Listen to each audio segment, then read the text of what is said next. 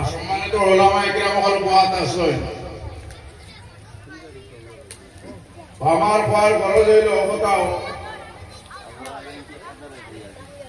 এই মাদ্রাসার জরিয়ায় মাদ্রাসা আপনার জরিয়ায় আজকে জিরিবাবুর মধ্যে আলিম হলার অভাব নাই অভাব আছে না পঞ্চান অভাব আছে নি কোন গাঁও বাকি নাই হল গাঁওর মধ্যে 5 জন 6 জন 10 জন 12 জন করে আলিম হল পাইছে এটা আপনারা এই মাদ্রাসা আপনার মধ্যে খেয়াল করার কারণে এই আলিম হল জমিনের মধ্যে পয়লা আলিম হল জন্ম নেওয়া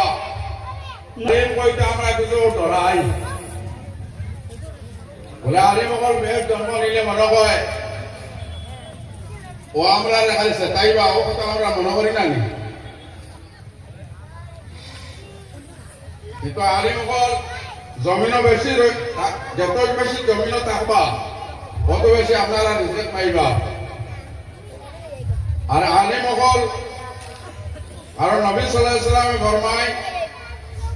এক আলিম জীবিত থাকা হক্কানি এক আলিম জমিনের মধ্যে জীবিত থাকা আর এক জাহান মানুষ যদি মারা যাওয়া কিন্তু এক আলিম জীবিত থাকা এক জাহান মানুষ মারি যাওয়া উত্তম আর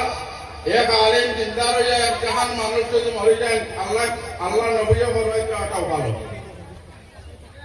আর এক জাহান মানুষ যদি মরে যায় তাইলে আসমান জমিনে বুঝবে না কিন্তু হক্কানি এক আলিম যদি মরে যায় তাইলে আসমান আর জমিনের ভিতরে যত মখলুক আছে সমস্ত মখলুকে কান্দে হাত্তাল হেতান ফিল বাহার ইহা থেকে দরিয়ার মাছ দিয়ে পর্যন্ত আলিম হল লাগে কান্দে আমরা তো আলিম হলকে অবহেলা করে আলিম হলকে আমরা দাম দেই না এই মাদ্রাসাগুলোর মধ্যে আমরা খেয়াল করি না কিন্তু মাদ্রাসা যদি আজ থাকে না তাহলে আপনার মসজিদ থাকতো না মাদ্রাসা থাকলে না আপনার মসজিদ হইতো না এক নম্বর হলো মাদ্রাসা হল আর এই জাতীয় মাদ্রাসা হইলে না আলিম বার হইতো না এই জাতীয় মাদ্রাসা হইলে না হাফিজ হল বার হইতো না এই জাতীয় মাদ্রাসা হইলে না আপনার কারি হল বার হইতো না কিন্তু আপনি ইমাম হল হইতে নাই যদি মাদ্রাসা হল থাকে না তো আপনারা খেয়াল করতে যেভাবে আমার অনুরোধ জিরিবাবার মধ্যে কয়েকটা মাদ্রাসা আছে আর জিরিবাবার মানুষ আমি মনে করি সবথেকে ভালো মানুষ কিতার লাগিয়া কোন মানুষ জিরিবাবার জমিন সরকার লাগে ফিরিয়ে যায় না গরিব অঞ্চল হইল